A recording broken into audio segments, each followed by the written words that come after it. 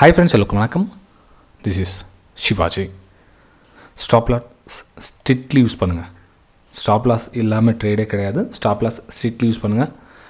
Stop loss போட தெரிஞ்சுக்கிட்டோங்க. உங்களோட target எவ்வளோ அந்த டார்கெட்டை ப்ளேஸ் பண்ணுறது கரெக்டாக இடம் ப்ளேஸ் பண்ண அதான் நீங்கள் பிளான் பண்ணிவிட்டு ஒரு ட்ரேடுக்கு உள்ளே போங்க. நமக்கு எவ்வளோ கிடைக்கும் அப்படின்றதுல ஃபஸ்ட்டு என்ன சொல்கிறது கான்ஃபிடென்ஸாக உள்ளே போங்க. எஸ்எல் ஹிட் ஆகிறது காமன். எஸ்எல்லோட லெவலும் ஃபிக்ஸ் பண்ணிக்க. எனக்கு ஒரு வேளை இந்த ட்ரேடில் நஷ்டமாயிடுச்சா எஸ்எல் இவ்வளோ வரும், ஒருவேளை எனக்கு லாபம் கிடைச்சதுன்னா எனக்கு இவ்வளோ வரும்ன்றதை நீங்கள் ஃபஸ்ட்டு பிளான் பண்ணிட்டு உள்ளே போங்க ஃப்ரெண்ட்ஸ். ஓகே சரி ஃப்ரெண்ட்ஸ், வீடியோ போகிறதுக்கு முன்னாடி என்னோடய சப்ஸ்கிரைபர்ஸ் வியூவர்ஸ் ஃப்ரெண்ட்ஸ் எல்லோருக்கும் நம்ம அந்த நன்றிகளை தெரிவிச்சுக்கிறேன்.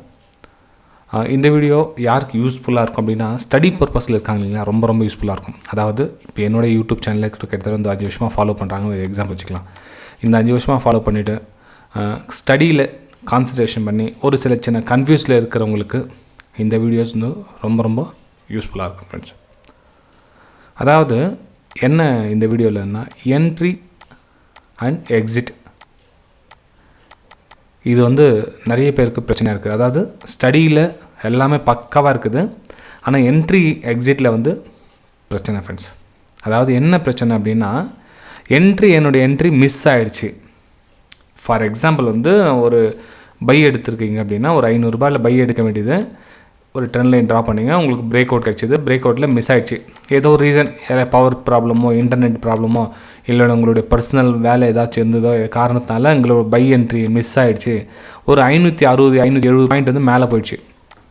அது நான் சொல்கிறது ஒரு ஆப்ஷனில் வச்சுக்கலாம். நீங்கள் இப்போ ஒரு 50-60 பாயிண்ட் மேலே போயிடுச்சு. இப்போது நீங்கள் உங்களுடைய ஸ்டடி என்ன சொல்லுது, என்ட்ரி பாயிண்ட் இங்கே, ஓகேங்களா. ஸோ அதனோட ப்ரீவியஸ் லோ இங்கே, ஸ்டாப் லாஸ் அதாவது ஒரு 40 பாயிண்ட் எஸ்எல் இருக்குது. ஆனால் ப்ரைஸ் பார்த்திங்கன்னா கிட்டத்தட்ட டார்கெட் லெவலில் வந்துருச்சு ப்ரைஸ். ஸோ இந்த இடத்துல நம்ம என்ட்ரி போடலாமா எக்ஸிட் போடலாமா, அப்போ என்ன பண்ணுவாங்கன்னா இவங்க என்ன ஸ்டடி பண்ணியிருக்காங்களோ அதை விட்டுட்டு புதுசாக ஒரு என்ட்ரி போடுவாங்க. இந்த இடத்துல ஒரு எக்ஸிட்மெண்ட், அதாவது திரும்பவும் கீழே வருமோ வராத தெரில, ப்ரைஸு அப்படியே மேலே போயிடுச்சுன்னா என்ன பண்ணுறது அப்படின்ற ஒரு ஆர்வ கோளாறில் என்ன பண்ணுவாங்க, அந்த இடத்துல புதுசாக ஒரு என்ட்ரி போட்டுட்டு அங்கே எங்கே ஸ்விங் லோ இருக்குது அங்கே ஸ்டாப் லாஸ் போட்டுக்குவாங்க. எப்படி ஆல்ரெடி இங்கேருந்து நம்ம என்ட்ரி பாயிண்ட்டு மிஸ் ஆகிடுச்சு. இப்போது இந்த இடத்துல புதுசாக ஒன்று கேல்குலேஷன் ஒன்று வரும். அந்த செகண்டில் ஒரு புதுசாக ஒரு கணக்கு போட்டுருவாங்க. இந்த இடத்துல என்ட்ரி ஆகிட்டா இதுக்கு பின்னாடி ஸ்விங்கில் நம்ம ஸ்டாப் லாஸ் போட்டுக்கலாம் அப்படின்வாங்க. ஃப்ரெண்ட்ஸ், இதுதான் அன்னெசரி ஸ்டாப் லாஸ் கொடுக்கறது, தேவையில்லாத இடத்துல ஸ்டாப் லாஸ் கொடுக்கறது. சார் அது எப்படி சார் தேவையில்லாத இடத்துல ஸ்டாப் லாஸ்ன்னு சொல்லலாம் நீங்கள்? ஃப்ரெண்ட்ஸ், இந்த இதில் பிரேக் அவுட் கொடுத்துட்டு மேலே போயிருக்கு. ஸோ ப்ரைஸ் ரீடெஸ்ட் எடுக்கிறதுக்காக எப்போ வேணாலும் கீழே வரலாம். அகைன் புல் பேக் எடுத்தால் நீங்கள் அப்போ பை எடுங்க. ஆனால் இப்போ ப்ரெசென்ட் ப்ரைஸ் மேலே போயிட்டுருக்குது, பேக் டு பேக் அப்படியே ஓடி போயிட்டு பின்னாடி எடுத்துகிட்டு ஒரு ரெட் கேன் தெரிஞ்சோன்னா அந்த கேன் மேலே போய்ட்டு பை போடுறது, கீழே சேல் ஸ்டாப் லாஸு ஒரு வேளை ஹிட் ஆகிடுச்சு மேலே போச்சு திரும்ப ரீஎன்ட்ரி. அப்போ என்ன ஆகுனா ஆட்டோமேட்டிக்காக ஓவர் ட்ரேட் தன்னால் நடக்கும். நீங்கள் எதுவும் பண்ண தேவையில்ல, உங்களுக்கு ட்ரேடிங் அது பாட்டு எடுத்துகிட்டு போயிட்டே இருக்கும். ஓகேங்களா. இப்போ ஒன்றும் இல்லை, இன்றைக்கி கூட பாருங்கள் நம்ம டெலிகிராம் சேனலுக்கு வாய்ஸ் மெசேஜ் அனுப்பிச்சிருந்தேன், ஸ்க்ரீன்ஷாட்டும் சென்ட் பண்ணியிருந்தேன். 43,320 அபோவ் க்ளோசிங் கொடுத்துச்சு அப்படின்னா அங்கேருந்து ஒரு பையிங்கான வாய்ப்பை பார்க்கலாம். அதாவது இந்த ட்ரெடிஷன் ஜோனை கிராஸ் பண்ணிடுச்சுன்னா அங்கேருந்து பையிங்கான ஒரு வாய்ப்பை எதிர்பார்க்கலாம் அப்படின்னு. எஸ், எப்படின்னா இப்போ இந்த இடத்துல ப்ரைஸ் கீழே வந்துச்சு, ஓகேங்களா. சரி, ஆனால் ப்ரைஸ் இங்கே பார்த்தீங்கன்னா நல்ல ஒரு பாசிட்டிவ்னஸ்ஸு ஸ்ட்ராங்காக இருந்தது. ப்ரைஸ் கன்சாலிடேஷன் ஆகிடுச்சு. இந்த இடத்துல first attempt fail, second attempt fail, third attempt fail, கடைசியாக நெக்லைன் கட் ஆகிடுச்சு, கீழே வந்துச்சு. ஓகேங்களா. ஸோ கீழே வந்ததுக்கப்புறம் இங்கே சேல் எடுத்துக்கலாமா? ப்ரைஸ் கீழே வந்திருக்கு, ரைட், ஓகே. இந்த இடத்துல சேல் எடுக்க முடியுமா? ஆல்ரெடி இங்கே பையர்ஸ் இருக்காங்க. ஸோ அவங்களோட புல் பேக் எது வரலாம் வரும்னு தெரியாது. நாம் என்ன பண்ணலாம், இருந்தாலும் ஸ்டில் இந்த ட்ரெண்ட் லைன் எப்போ கட் ஆகுதோ வெயிட்டிங் பண்ணி தான் ஆகணும். ஸோ என்ட்ரி எங்கே கிடைக்கணும்? 43,320 அபோவ் க்ளோசிங் கொடுக்காத வரல நம்மளால் எதுவும் டிசிஷன் எடுக்க முடியாது. இன்றைக்கி ப்ரைஸ் மேலே போயிடுச்சு, கீழே வந்துச்சு, யாராவது சொல்லியிருக்கலாம் இப்போ இந்த கட் பண்ணுங்கள் சேல் பண்ணுங்கள் இந்த ரேஷன்ஸ் ஏரியா அப்படின்னு, ரைட், ஓகே, அக்செப்ட். இன்றைக்கி அவங்களுடைய டார்கெட் ஓகே, அவங்க அந்த ஸ்டடி பண்ணி என்ட்ரி எடுத்திருந்தாங்களா, அவங்களுடைய எஸ்எல் எங்கே இருக்கும், இது மேலே இருக்கும். ஸோ அவங்களுக்கு டார்கெட் இந்த இடத்துல இருக்கும். ஓகே, அவங்களுக்கு கண்டிப்பாக இன்றைக்கி ப்ராஃபிட் உண்டு.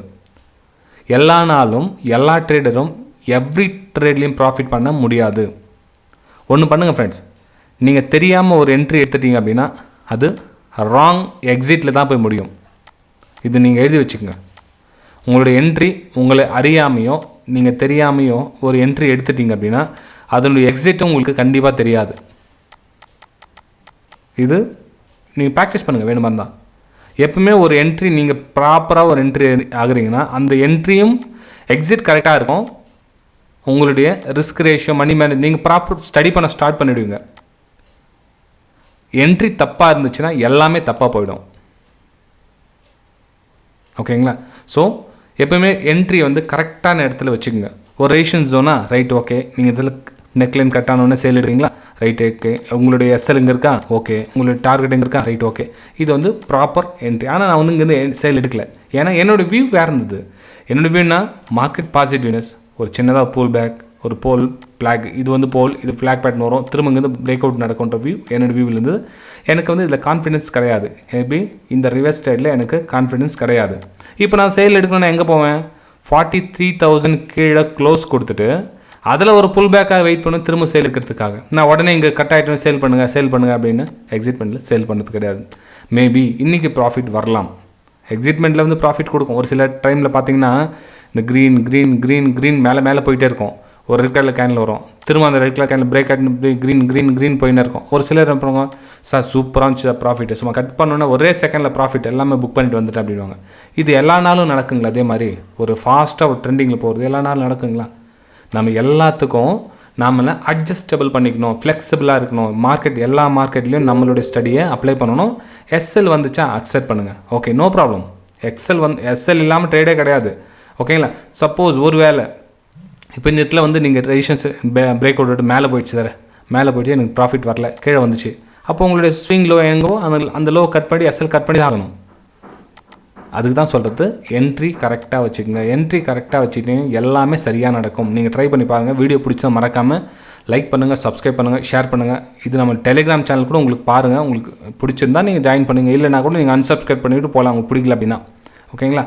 ஸோ இது வந்து என்னுடைய டெலிகிராம் சேனல். வாய்ஸ் மெசேஜ் கூட அமைச்சிருக்கேன் பாருங்கள் உங்களுக்கு.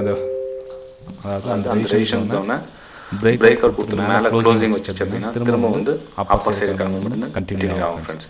இந்த ரெசிஸ்டன்ஸ் ஜோன் கொடுத்து பாருங்கள் 3000. ஓகேங்க, இங்கே பாருங்கள் வெயிட் ஃபார் க்ளோசிங். நல்லா நம்ம நிறைய பேர் என்ன பண்ணுவாங்க, உடனே ஓடுன்னு பின்னாடி போய்ட்டு சேல் பண்ணுவாங்க. அப்படின்னா பின்னாடி போய்ட்டு சேல் பண்ணுறலாம் சீனே கிடையாது ஃப்ரெண்ட்ஸ். அதே மாதிரி ஸ்டாக்ஸ் கூட எனக்கு வியூஸ்லாம் வந்து சென்ட் பண்ணிட்டு இருப்பேன் லைவ் மார்க்கெட்டில். இப்போ பார்த்தீங்கன்னா அது ஒரு ஸ்டாக்ஸ் IPCA லெபார்ட்ரிஸ். ஸோ அதோட மொமெண்டம் கூட பார்த்தீங்கன்னா தெரியுது. ஓகேங்களா? ஸோ இந்த மாதிரி சின்ன சின்ன விஷயம்லாம் ஷேர் பண்ணி டெலிகிராம் சேனலில் உங்களுக்கு பிடிச்சிருந்தா நீங்களும் ஜாயின் பண்ணிக்கலாம். ஓகே, சரி ஃப்ரெண்ட்ஸ், நம்ம அடுத்த வீடியோ சந்திக்கலாம். பாய்.